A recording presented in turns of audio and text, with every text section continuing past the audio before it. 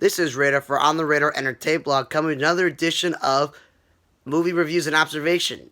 21 weeks since I started doing this, with the library shutting down and using my friend's public library because I didn't have any from mine, using the streaming sites that are free or illegal, then the library opening back up to do pickups from the bookmobile.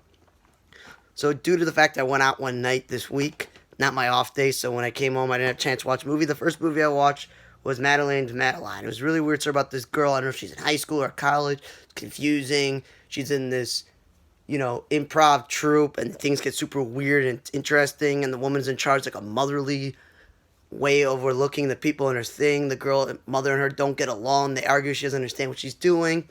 And it felt like this girl was tripping on drugs, and all this was like a hallucination of what's going on. The only positive thing was, it was 90-something minutes, so you didn't waste that much time of your life if you do watch this movie. But it's just a really bad movie, horribly put together, and it's just weird. Don't watch Madeline's Madeline. The next movie I watched was called Piercing, and I've seen the lead actor before, Christopher Abbott and this lady, but it was confusing. Was his wife was telling him what to do, getting instructions from her. It was weird. The premise was this guy says goodbye to his family and baby. He goes on a mission and he's killing somebody, then finds a call girl, and the guy who's in charge of the call girl sounds like Andre Royal, so I don't know if they gave him credit for his voice in there. But yeah, it turned into she knew what he was doing, and he was then the one getting in trouble. I don't know, it was very weird. And the movie says an hour and 28 minutes, or 22 minutes. All of a sudden, the movie abruptly ends an hour 12 to 15 minutes into it, just bam, ended. So I was like, okay, at least I didn't waste that much time, and it was much shorter than what the box said, but also just weird and all over the place, and a lot of times it made no sense of what was going on. So again, don't watch this movie. It seems like this week I got crap litter. Then I watched this movie called Jonathan, and the library says it's science fiction. No, it's based off a true idea that could potentially, in science, that 3 subconscious could be born into one body in the womb, but then eventually they only have 2, and that's how the movie starts. And they were abandoned, and this woman that looks after them, you've seen her before because she's been in plenty of movies, Patricia Clarkson, and she is a scientist that helps them out with the fact that one brother takes over at another time. Then things are happening, and one brother is not sure what's going on because the other brother's not telling him, even though they record something and then film it, and the guy looks at it the next time. And then it's weird how you see them talking to each other, but really it's them showing them responding to each thing that somebody recorded. I don't know if that's happening, whatnot. Chip on their brain, all this all over the place. Then it ravels into him hiring a private investigator and looking into what's going on. And you're like, huh, that's weird. So you're just like, oh, okay, what's going on? Finds out what's going on. Finds out his brother's girlfriend, tells him to break up with her. Then he doesn't forgive him, and then he falls for her, and it's that cliche thing. You may have 2 different brains, but you're the same body, so you're both going to fall for the same girl.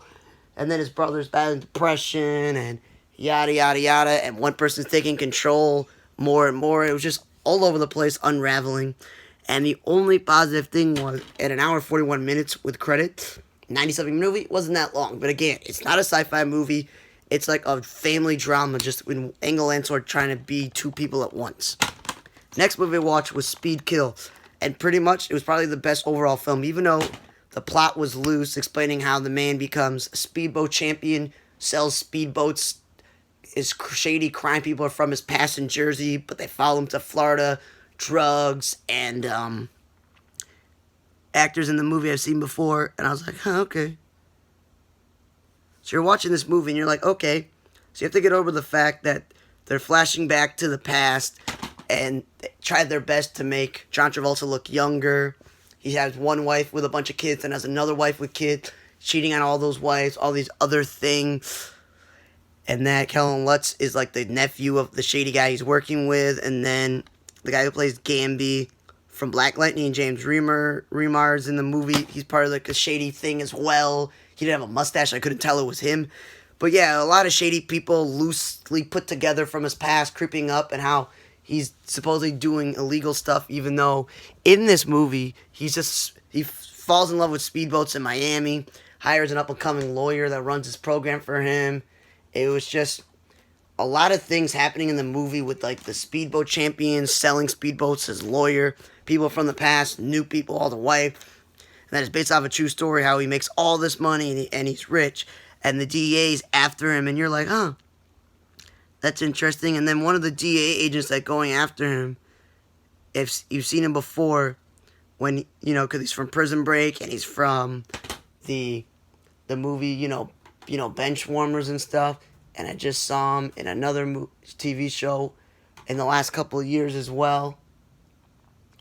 And you're like, okay, so he's trying to escape the DEO because the problem is the people that he affiliates with are shady, and he's got to worry about them. So yeah, Maureen Nolasco plays the DEA agent that's been trying to make a case against all the bad people in there.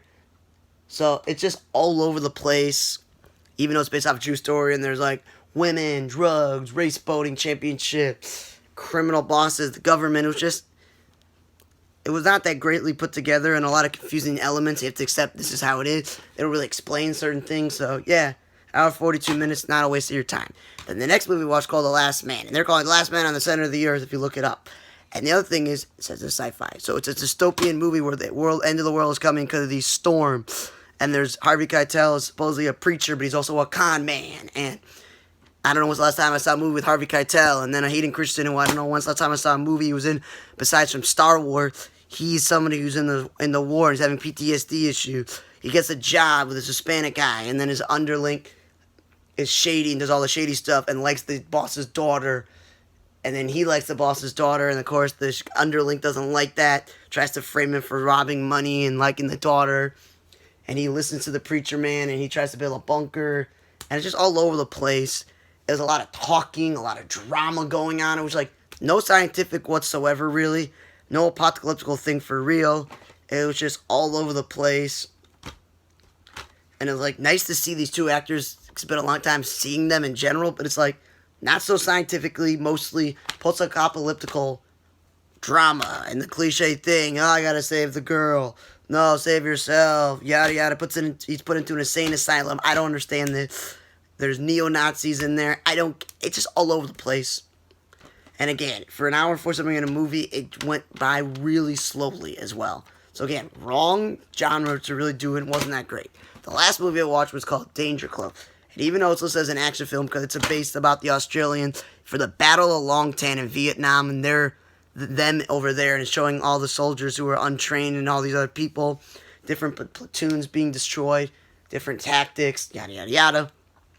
The fact that it was just under 2 hours made it just drag on forever because as much as there was explosions and gunfire and just shooting and all this other stuff, there was lots of talking, a lot of drama, yada, yada, yada.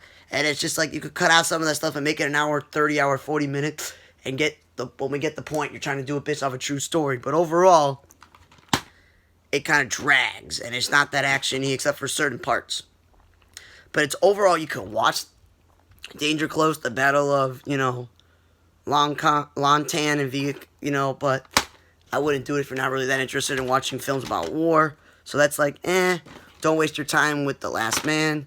You could watch Speed Kills, but it was like a below average. Jonathan, not that great. Piercing, not that great. And Madeline, not that great. So overall, if you squeeze together Speed Kills and Danger Close, maybe I saw one full good movie, but that's it.